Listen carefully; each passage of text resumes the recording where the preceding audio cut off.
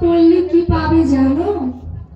একটি শিশু যখন প্রথম দাঁড়ানোর চেষ্টা করে তখন সে দাঁড়াতে পারে না। দাঁড়ানোর জন্য তার আশ্রয়ের প্রয়োজন হয়।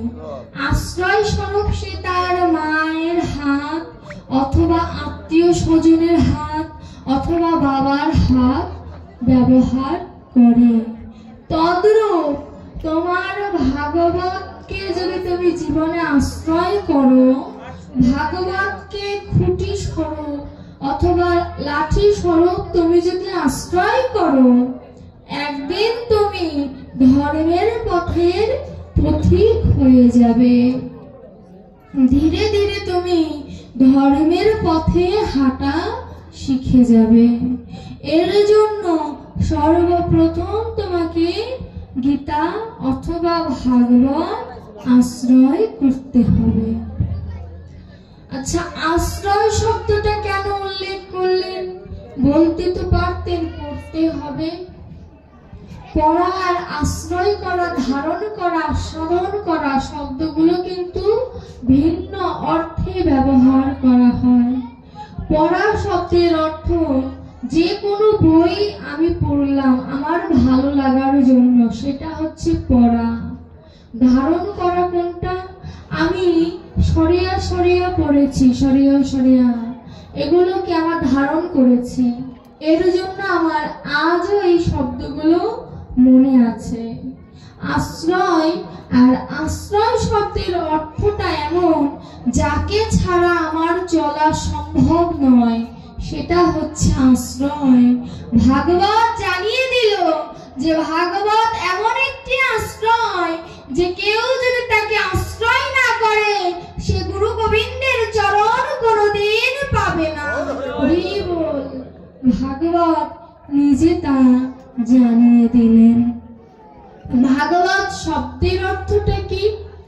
ভা শব্দের অর্থ ভাতেষু সর্ব শাস্ত্রেষু, অর্থাৎ ভাগবত হচ্ছে সূর্য সম। গ শব্দের অর্থ গতির যস্য অলৌকিকর, লৌকিক থেকে অলৌকিকে নিয়ে যায় আমার এই ভাগবত। ব শব্দের অর্থ বরিষ্ঠায় সর্বশাস্ত্রেষু, সকল শাস্ত্র অপেক্ষা আমার ভাগবত শ্রেষ্ঠ। ত শব্দের অর্থ তরুণী ভবাম্বুধি, অর্থাৎ আমার ভাগবত এমন তরুণী, অর্থাৎ তরুণী অর্থাৎ নৌকা। আমার ভাগবত এমন নৌকা, কোন ভক্ত যদি হৃদয়ের সকল কিছু ভাগবতে সমর্পণ করে একটি শ্লোক যদি শুদ্ধ চিত্তে শুদ্ধ মনে যদি বলতে পারে, আমার ভাগবত বলছে আমি তাকে সাধু সাধু বলে পার করে দেই। হরি বল। দেখুন আমার ভাগবতের মহিমাটা কতখানি। আপনারা কি শুনেছেন আমি কি বললাম? তাহলে জয়ধ্বনি উলধ্বনি কেন আসলো না? এটা তো ভালো লক্ষণ নয়।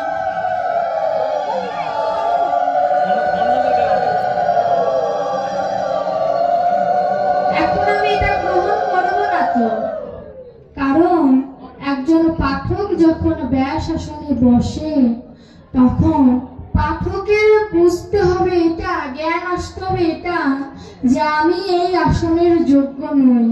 আর ভক্তদের ভাবতে হবে যে সত্যিকার অর্থে ব্যাসদেব আমার সামনে বসে আছে, তবে তার শোনা আর পাঠকের বলা সার্থক। আমি যা বললাম টিভি সিরিয়ালের মতো যদি দেখে গেলাম, কোনো রেসপন্স করলাম না, তাহলে আমি আনন্দ পাবো? গোবিন্দ আনন্দ পাবে? আমার কথার স্কেল, কথার শব্দ আপনার মনে যদি আলোকিত করতে না পারে তাহলে আমি ব্যর্থ। এখানে আমি বললাম যে ভাগবত এমন তরুণী, অর্থাৎ যে তরুণীকে কেউ ভক্ত অভক্ত যদি একবার আশ্রয় করে, ভাগবত তাকে সাধু সাধু বলে গ্রহণ করে। অর্থাৎ এটা তো খুশির বিষয়। খুশিতে যেমন উল্লাস করতে হয়, ভগবত এই ভাগবত গীতা বলছে যে কোন সত্য ভক্ত যদি একবার ভাগবতের কথা, একবার গীতার কথা যদি আনন্দ সহকারে হৃদয়ে ধারণ করতে পারে, তখন ভক্ত জয়ধ্বনি এবং উলুধ্বনি দিয়ে তাকে সাধুবাদ জানায়। হরি হরি বল,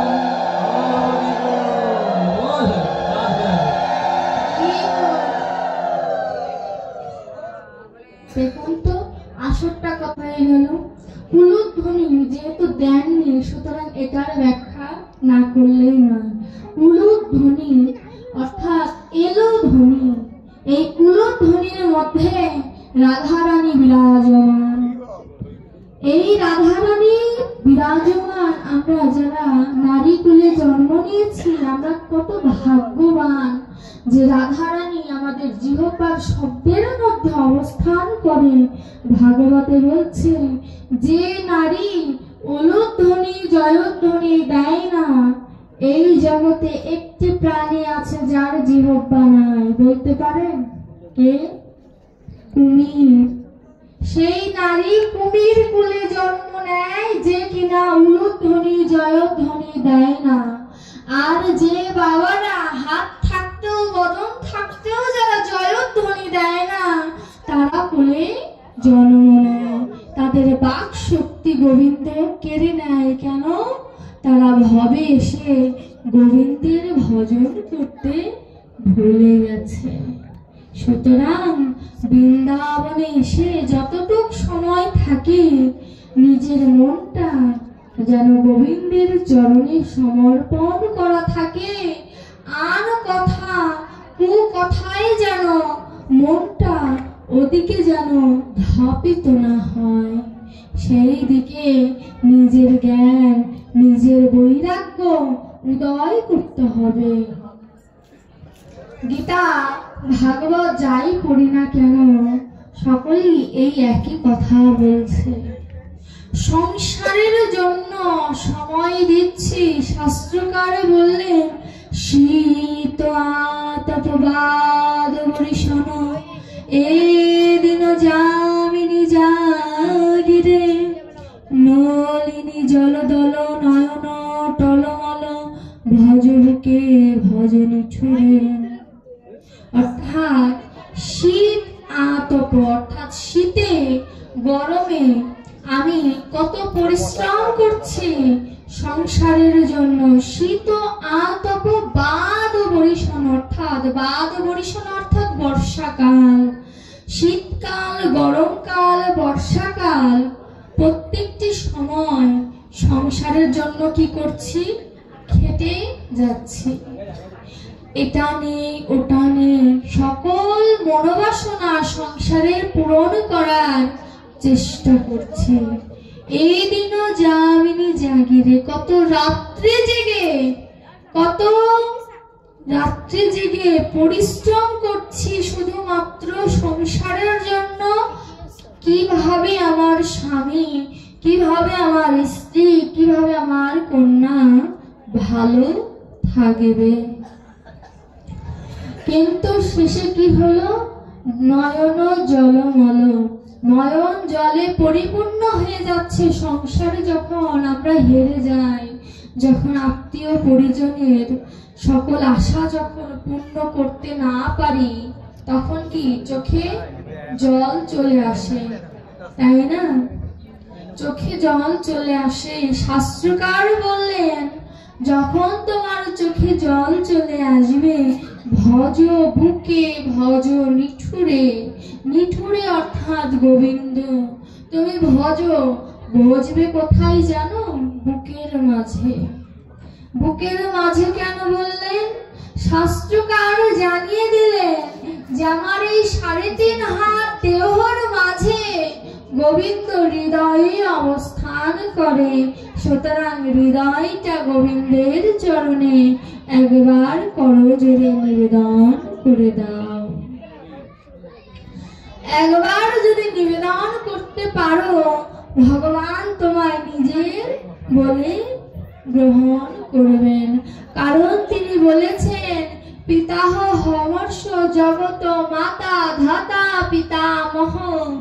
আমি জগতের মাতা, আমি জগতের পিতা, আমি জগতের পিতামহ। সুতরাং আমার দায়িত্ব আমি হওয়ার পূর্বে গোবিন্দ নিয়ে নিয়েছেন, এবার শুধু আত্মসমর্পণের পালা। একবার যদি আত্মসমর্পণ করা হয়ে যায় তবেই গোবিন্দ নিজের করে নেবেন আমায়। যদি বলি যে আমি তো কৃষ্ণ ভজন জানি না, তাহলে আমার গতিটা কি হবে? ভাগবতের একটি অধ্যায় ব্যাখ্যা করা সহজ, কিন্তু ভাগবতে ঢোকার মতো অধিকারটা তৈরি করাটা কঠিন। সেই অধিকারটাই আগে তৈরি করতে হবে দেহ মাঝে, তাহলেই তো আমি ভাগবতে প্রবেশ করতে পারবো। ভক্ত ভগবানকে জিজ্ঞাসা করছে, হে ভগবান, আমি যে তোমার নাম সুধা পান করব, সেই পান করার মতো যোগ্যতা আমার নেই। তোমার কাছে আমার প্রশ্ন, যদি কোনো অভক্ত তোমায় ডাকে ছলনার দ্বারা, তুমি কি তাতে সাড়া দাও? ভগবান বলছেন যে আমি সাড়া দেই। কেমন ভাবে জানো? শাস্ত্রকার যেন সেই ভক্তকে আঙুল তুলে দেখিয়ে দিল ভক্তিমাল চরিত্রের একটি ভক্ত চরিত্র দিয়ে। ভক্তটি ছিল ডাকাত। ডাকাত হলেও তার সহধর্মিণী ছিল ধার্মিক, ধর্মপরায়ণ। তো সেই সহধর্মিণী প্রতিদিন ভাগবত পাঠ শ্রবণ করতে আসতেন। পেছনের মায়েরা যারা গল্প করছো তারা একটু এদিকে ধ্যান দাও, এদিকে ধ্যান দাও, গোবিন্দ তোমার দিকে ধ্যান দেবে। যখন সহধর্মিণী তার স্বামীকে অনুরোধ করছে, যোগ্য স্বামী, কোনোদিন তো তুমি আমার কোনো কথা রাখোনি, একটা দিন তুমি আমার সাথে ভাগবত শ্রবণ করতে চলো, আমি তোমায় আর কোনোদিন অনুরোধ করব না, তুমি আমার সাথে একদিন চলো। এখন চোরার আসনে ধর্মের কাহিনী। এখন সে ধার্মিক পরায়ণ ব্যক্তি নয়, সে অদূরে দাঁড়িয়ে পাঠক গোসাইয়ের কথা শুনছেন। পাঠক গোসাই আমার গোবিন্দের সম্পূর্ণ দেহ বর্ণনা করছেন। বর্ণনা করতে যে পাঠক গোসাই বলছেন যে আমার গোবিন্দের সম্পূর্ণ দেহখানা মণিমুক্তায় সজ্জিত, মণিমুক্তা দ্বারা সজ্জিত। কত অলংকার পড়েছে, তবু যেন সেই অলংকারের জ্যোতি আমার গোবিন্দের কাছে হার মেনেছে। কিন্তু সে তো ধার্মিক নয়, তার কানে কতটুকু গেল? মণিমুক্তা তার দেহ ভরা।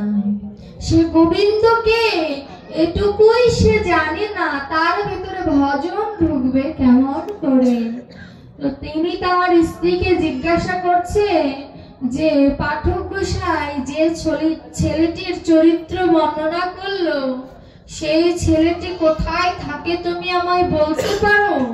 আমি কথা দিচ্ছি সেই ছেলের সন্ধান যদি তুমি আমায় দিতে পারো, আমি ডাকাতি করা চুরি করা ছেড়ে দেব। কেন ছেড়ে দেবে তোমায় আমি জিজ্ঞাসা করতে পারি? তুমি কেন ছেড়ে দেবে?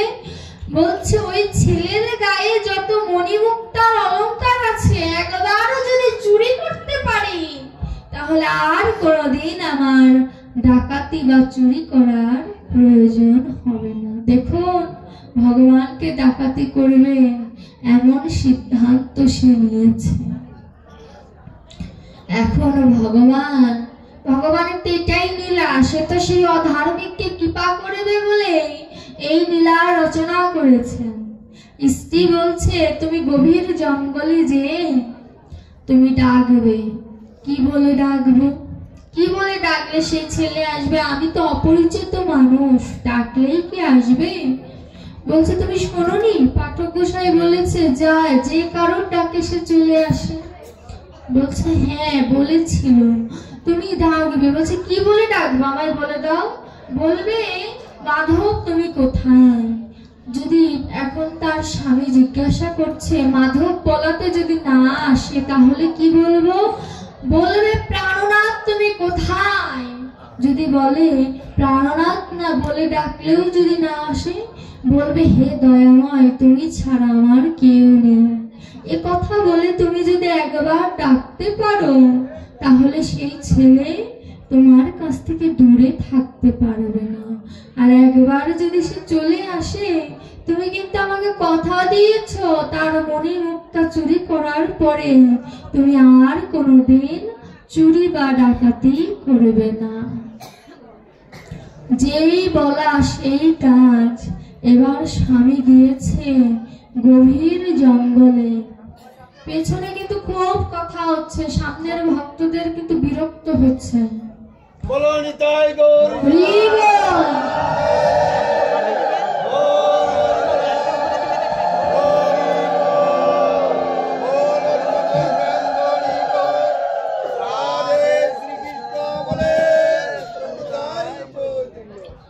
যখন সেই ডাকাত বনের মাঝে গিয়েছে, গভীর বনে যখন গিয়েছে, গভীর বনে লতা পাতা যখন তাকে স্পর্শ করেছে, স্পর্শে সে যেন কাতর হয়ে যাচ্ছে। কেন?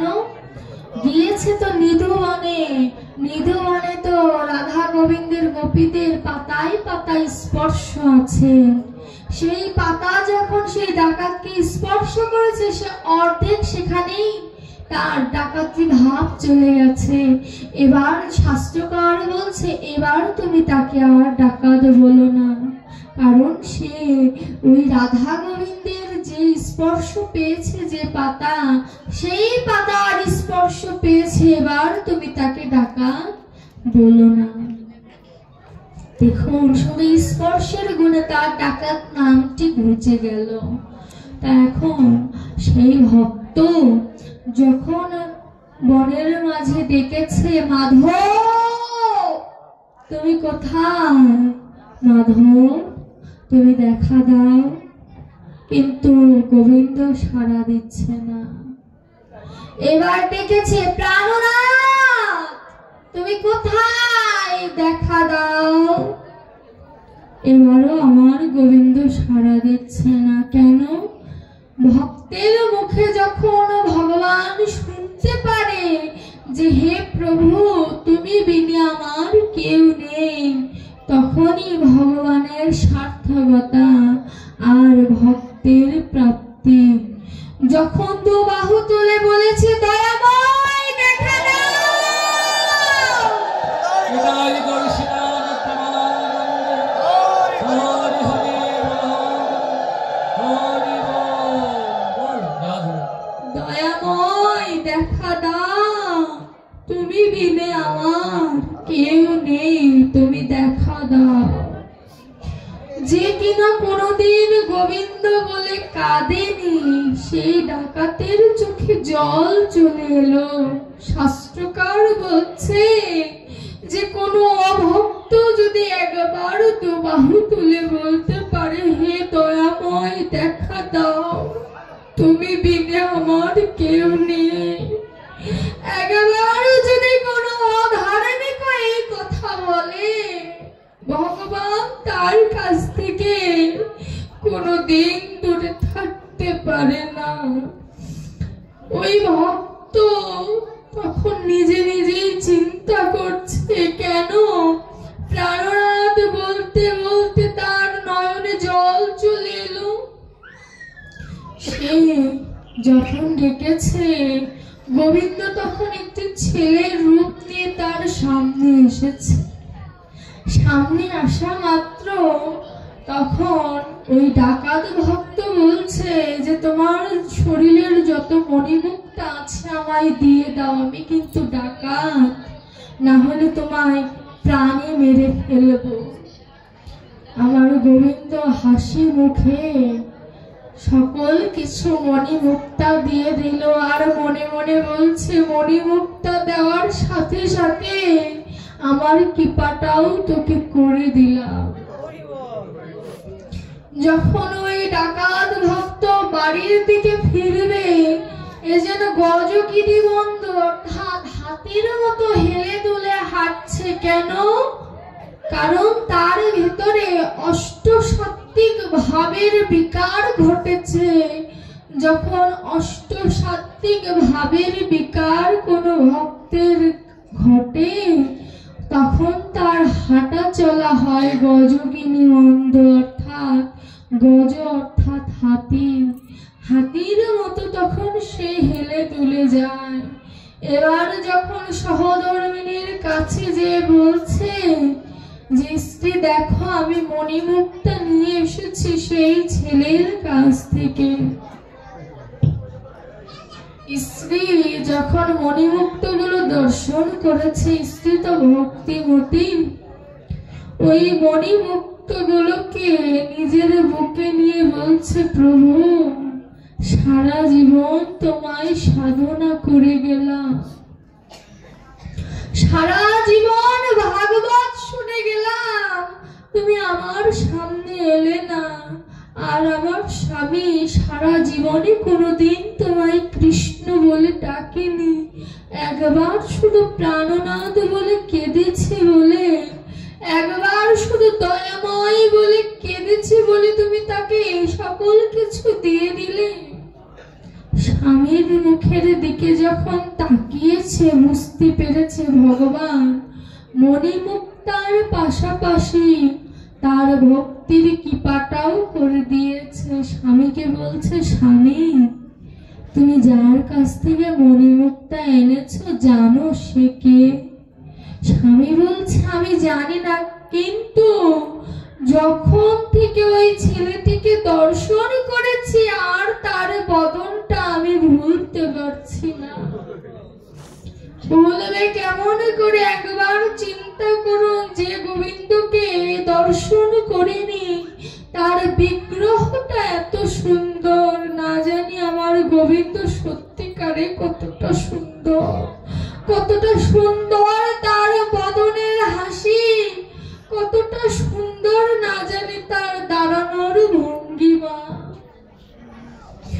যখন ওই ডাকাত ভক্তকে তার স্ত্রী বললেন যে সে আর কেউ নয়, সে স্বয়ং গোবিন্দ, ডাকাত আবার ছুটে গিয়েছে নিধুবনে। নিধুবনে যে এবার ডাকছে হে প্রভু তোমায় ডেকে ডাকিনি। ডেকে ডাকিনি কেন? অর্থাৎ মন থেকে ডাকিনি, তাই ডেকেও ডাকিনি, তবু তুমি আমায় দর্শন দিলে। দর্শন যখন দিলেই তুমি পূর্ণাঙ্গ দর্শন কেন আমায় দিলে না? তখন ডাকাত যখন যেখানে গোবিন্দ দাঁড়িয়ে ছিল সেই জায়গায় যখন হামাগুড়ি দিচ্ছে, গড়াগড়ি দিচ্ছে, যেন দৈববাণী হলো যদি আমায় যদি পেতে চাও ভক্তের দুয়ারে যে যে ভক্তের চরণ ধুলি নিজের অঙ্গে মাখো। তখন ওই ডাকাত বলছে প্রভু ভক্তের চরণ ধুলি অঙ্গে মাখলে কি তোমায় পাবো?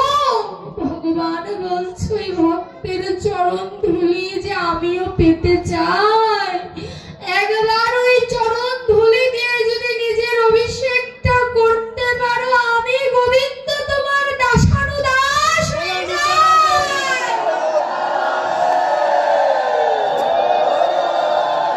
একবার এই ভক্তের চরণ ধুলি অঙ্গে মাখো,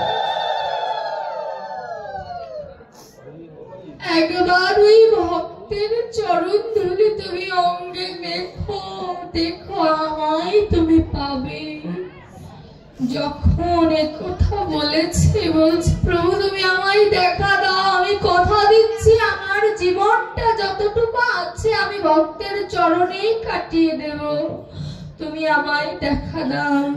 গোবিন্দ যখন তার সামনে সেই অপূর্ব সৌন্দর্য নিয়ে তাকিয়েছে,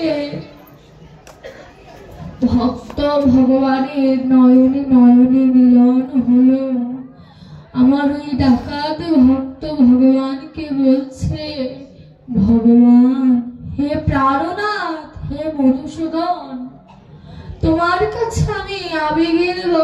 কত কিছু চেয়েছি প্রভু, তুমি আমায় যখন কৃপা করবে, যখন আমি খারাপ পথে গিয়েছিলাম তখন আমায় কৃপা করলে না কেন? বলল, তোকে যে আমি কৃপা করব, কৃপা করার জন্য কোনো মাধ্যমের কাছে যতদিন না যাবে আমি কৃপা করতে চাইলেও কৃপা হবে না। বলছে, আমি কোন মাধ্যমটা অবলম্বন করেছি? ভগবানকে বলছে, নববিধা ভক্তির প্রথম হচ্ছে শ্রবণ। তুই ভাগবত আসরে একটি কথা হলেও শ্রবণ করেছিস, ওই শ্রবণের দ্বারা তোর মনে এতটা গেঁথে গিয়েছে যে তুই আমাকে চুরি করবি, আমার ধন সম্পদ চুরি করবি, এমন চিন্তা তোর ভিতরে এসেছে। তার মানে তুই কতটা দৃষ্টির দ্বারা, কতটা কর্ণের দ্বারা হৃদয়ে ধারণ করেছিস। ভগবানকে ভক্ত বলছে, সাধু, তোমার লীলাকে সাধুবাদ জানাই প্রভু। তখন ভগবান বলছে, তুমি কি চাও আমার কাছে বলো? মণিমুক্তা যা তুমি নিয়ে নিয়েছো তা আর দিতে হবে না, তুমি কি চাও? তখন ডাকাত ভক্ত এবার চাইতে আর ভুল করলো না, বলছে, তুমি আমায় এই মণিমুক্তা ফেরত নিয়ে আমায় অন্য কিছু দেবে। বলে, কি এর চেয়েও দামি কিছু চাও? বলছে, জানো প্রভু, আমি অনেক মূল্যবান জিনিস চাই। কি মূল্যবান জিনিস? আমি যেন নয়ন ভরে তোমার নামের জয়ধ্বনি দিয়ে যেন নয়ন জল ভেসে যেতে পারি প্রভু।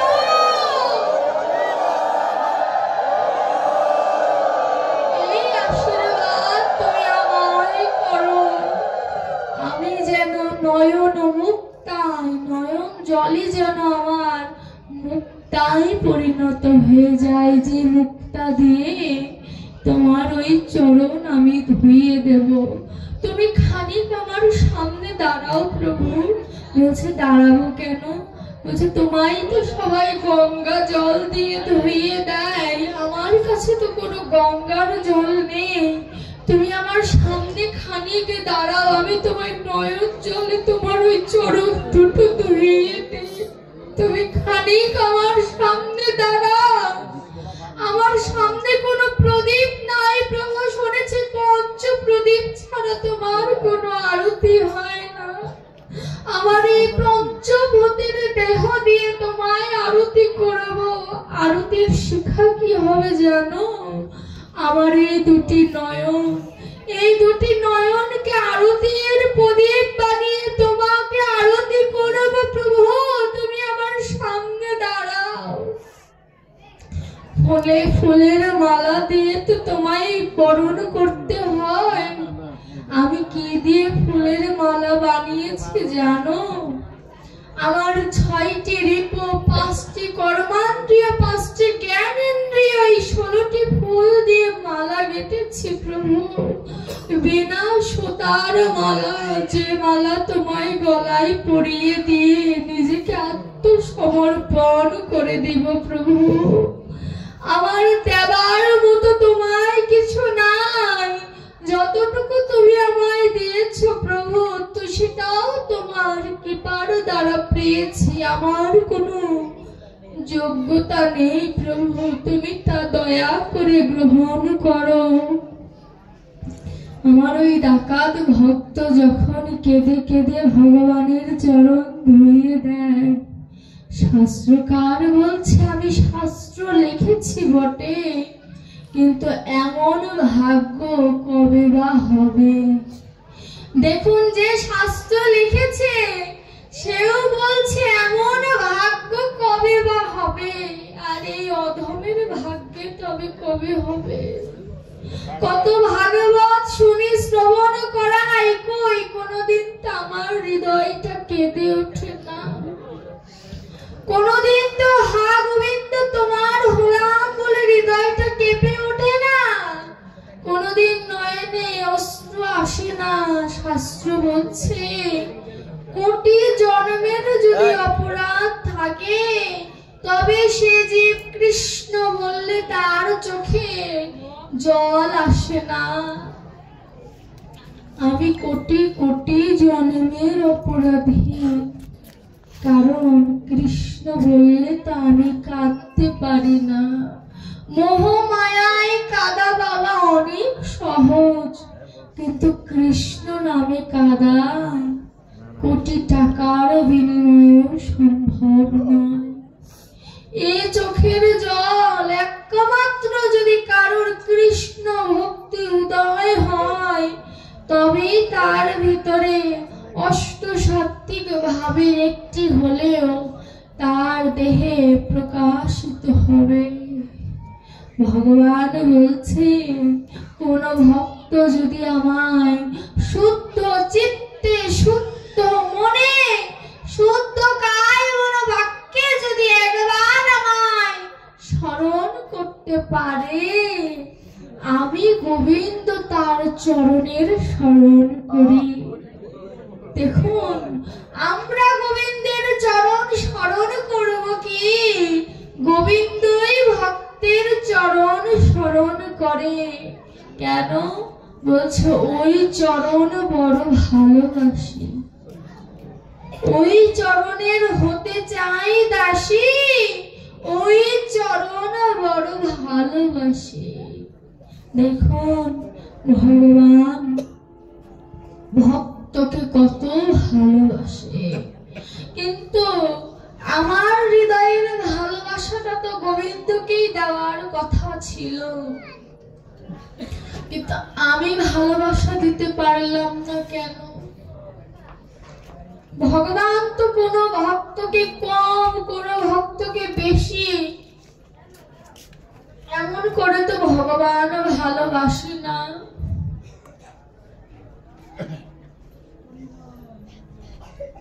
এমন করে তো ভগবান ভালোবাসে না।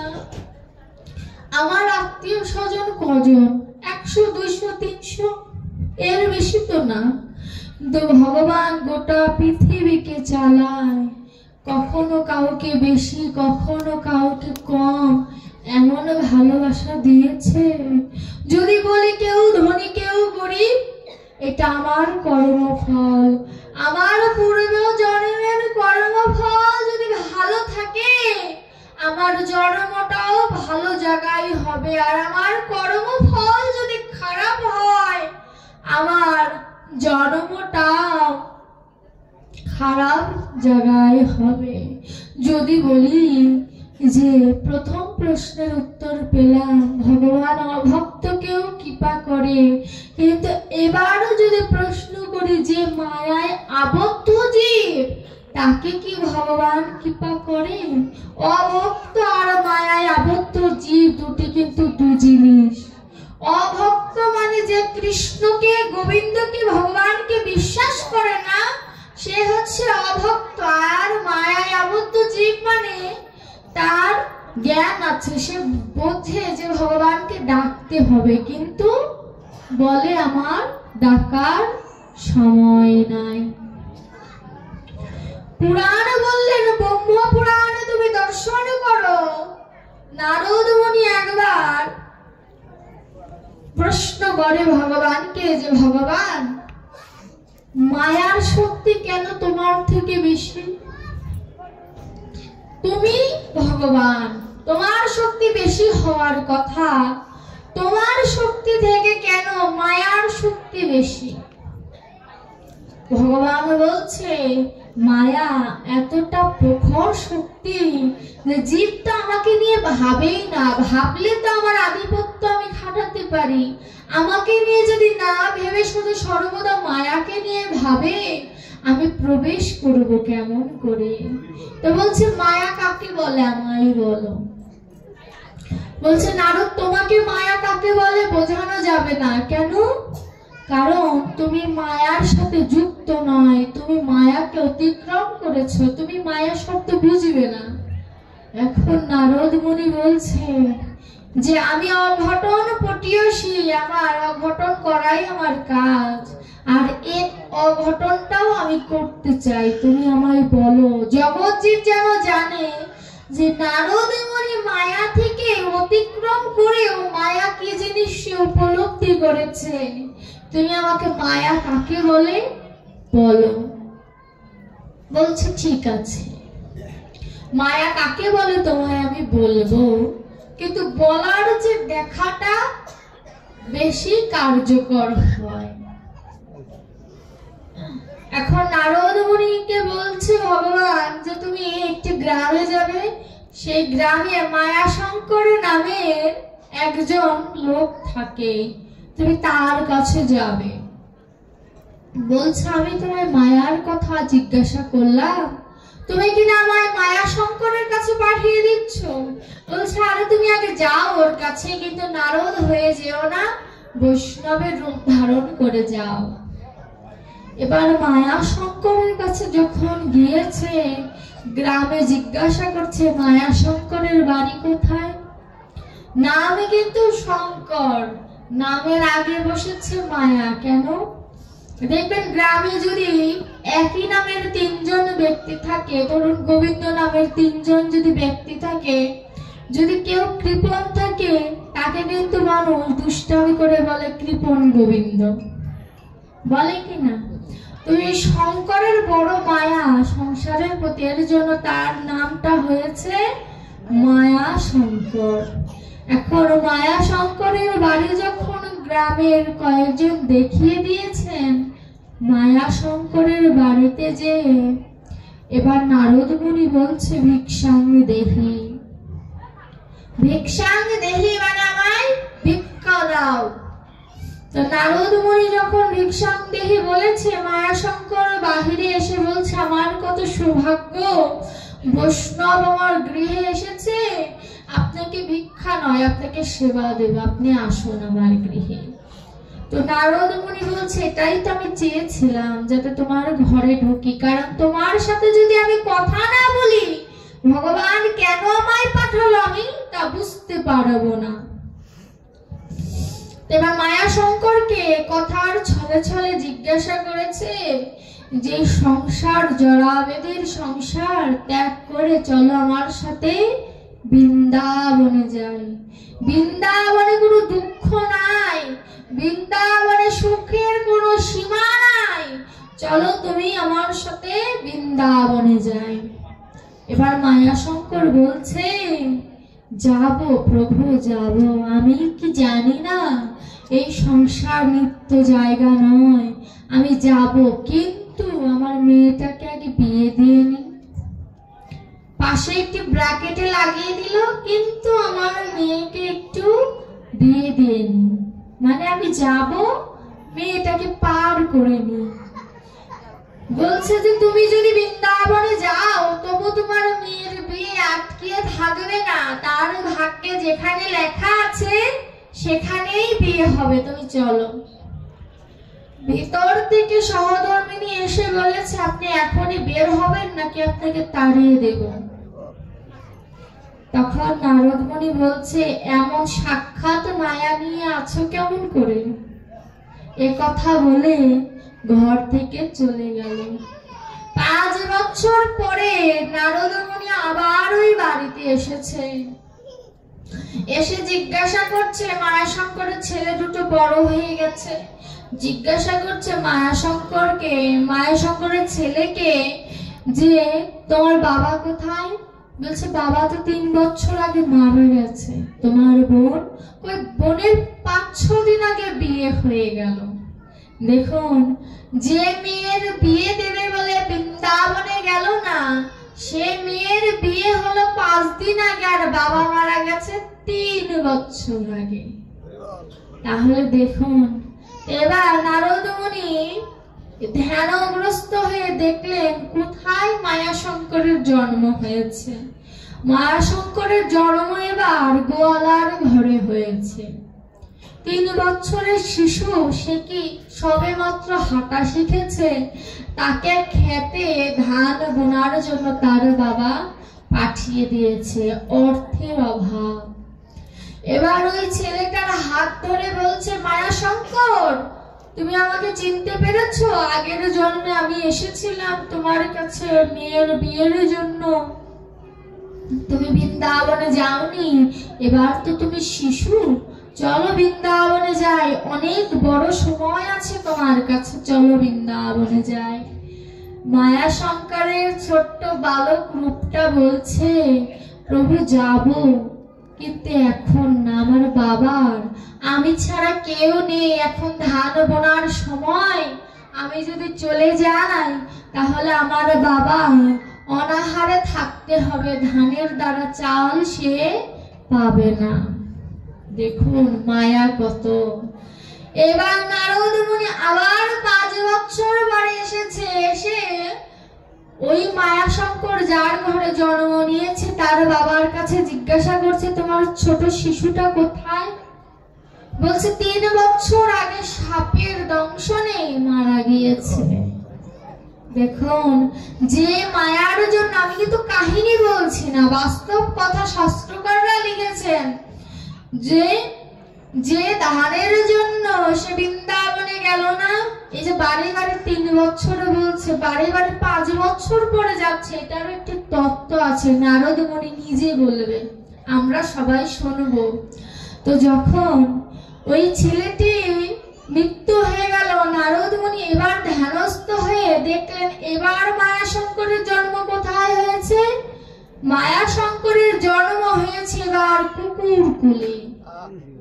দেখুন, যত আপনি কৃষ্ণ ভজন থেকে দূরে চলে যাবেন, আপনার জন্মটাও তত নিচু স্তরে হবে।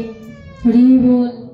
তো যখন কুকুর কুলে জন্ম নিয়েছে, এবার কুকুরের গায়ে স্পর্শ করে নারদ মুনি বলছে যে এবার বৃন্দাবনে চলো। তখন কুকুরটি বলছে, নারদ মুনি তুমি আমার পেছনে ছুটছো কেন? এই কুকুর হয়ে কি গোবিন্দের সেবা, রাধা মাধবের সেবা করা যায়? তখন বলছে, কে বলেছে? সেন শিবানন্দের মতো যদি তুমি কুকুর কুলে জন্ম নিতে পারো, সেন শিবানন্দের কুকুরের মতো, তাহলে স্বয়ং গৌর হরি এসে তোমায় উদ্ধার করে দিয়ে যাবে। হরি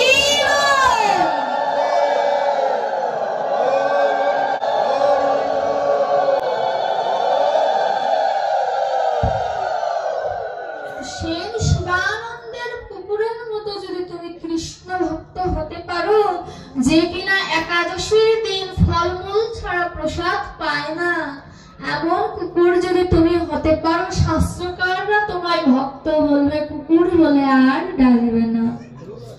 এবার কুকুর কুলে জন্ম নেওয়ার সত্ত্বেও মায়া শঙ্কর রূপী কুকুর বলছে যে গ্রামের চতুর্দিকে চোর ডাকাতের অনেক উৎপত্তি হয়েছে, আমার মনে ভালোবাসে, অনেক সুন্দর সুন্দর সেবা দেয়, আমি এখন বৃন্দাবনে যাব না। আবার 5 বছর পরে নারদ মুনি এসে যখন গৃহস্থকে জিজ্ঞাসা করেছে তোমার কুকুর কোথায়, বলছে 3 বছর আগে মারা গিয়েছে, কোন একটা অজানা অসুখ হয়েছিল, সেই অসুখের কারণে মারা গিয়েছে। এবার আবার নারদ মুনি ধ্যানস্থ হয়ে দেখলেন যে কোথায় মায়া শঙ্কর জন্ম নিয়েছে। এবার মায়া শঙ্কর জন্ম নিয়েছে নর্দমার একটি কীট হয়ে। দেখুন জন্মটা কোথায় চলে গিয়েছে, নর্দমার তো ড্রেনের মধ্যে একটি পোকা হয়ে জন্ম নিয়েছে। এই যে এত সুন্দর বদন গুলো যদি একবার কৃষ্ণ ভজন বহির্মুখ হয়ে যায়, ভগবান যেন বলছে এমন দশা আমার আপনারও হতে পারে। আমাদের জন্য নারদ মুনি তো আর আসবে না। নারদ মুনি কৃপা বলে যে কোনো একজনের জন্য এসে ভক্তকে শিক্ষা দিতে পারে, জনে জনে তো আর আসবে না যদি ভজন না থাকে। তো যখন ওই পোকার কাছে এসেছে, নারদ মুনি নর্দমা থেকে ওই পোকাটাকে হাতে নিয়ে বলছে এবার তো কৃষ্ণ পথে চলো। এবার নর্দমার পোকা মায়া শঙ্কর বলছে তুমি আমায় নর্দমায় ছেড়ে দাও, আমি তো ওখানেই ভালো ছিলাম, আমার তো এখন শ্বাসকষ্ট হচ্ছে, একটি মাছকে যদি আপনি জল থেকে বাহির করেন মাছের কষ্ট হবে না? তদ্রূপ যতই মায়া শঙ্করের আত্মা হোক না কেন, সে তো জন্ম নিয়েছে নর্দমায়, তার তো এই জলের থেকে তার বের করলে তার শ্বাসকষ্ট তো হবেই। এবার নারদ মুনি বলছে তোকে আর ছাড়বো না, এবার তোকে ভগবানের চরণে সমর্পণ করে দেবই দেব। এবার মায়া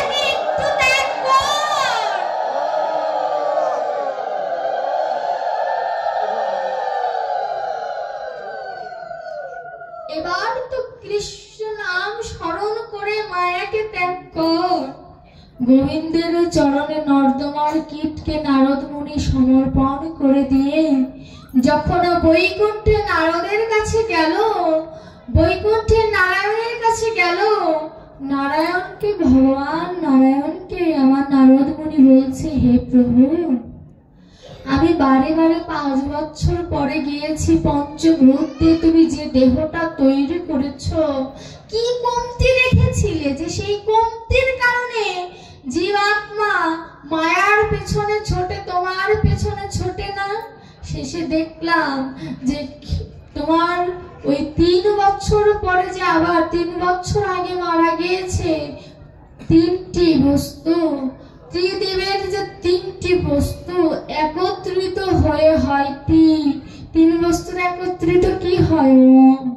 এই ওম শব্দের ভিতরে আমাদের সকল ধর্মের খেলা চলে, সকল শাস্ত্রের খেলা কিন্তু এই ওমের ভেতরেই চলে।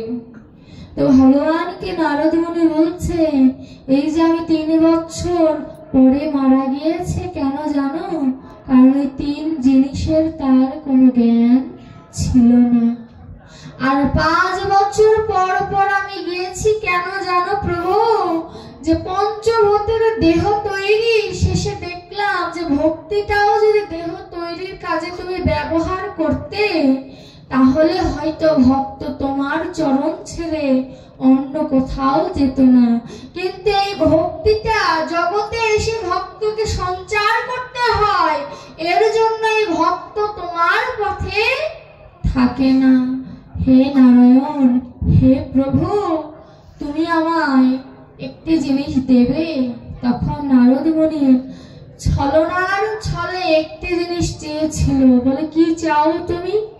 তখন নারদ মুনি বলেছিল যে আমি তো জীবের দুয়ারে দুয়ারে যেতে পারবো না, কিন্তু আমি স্বরূপ যদি কোনো বৈষ্ণবের আনাগোনা হয় কোনো গৃহ মাঝে, সেই বৈষ্ণব যদি তার স্পর্শ দেয় কোনো ভক্তকে, তুমি কথা দাও সেই ভক্তকে তুমি নিজ গুণে কৃপা করবে, আর সকল কিছু ক্ষমা করবে। জয় জয় ভক্ত পিতে প্রেমানন্দে।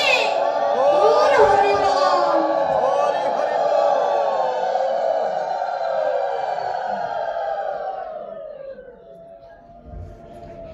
ভগবান দেখুন, ভক্ত কোনোদিন নিজের জন্য চায় না, ভক্ত চায় জীবের জন্য, যাতে জীব ভালো থাকে। যে আমরা ভাগবতটা পেলাম পরীক্ষিত মহারাজের কাছ থেকে, কখনো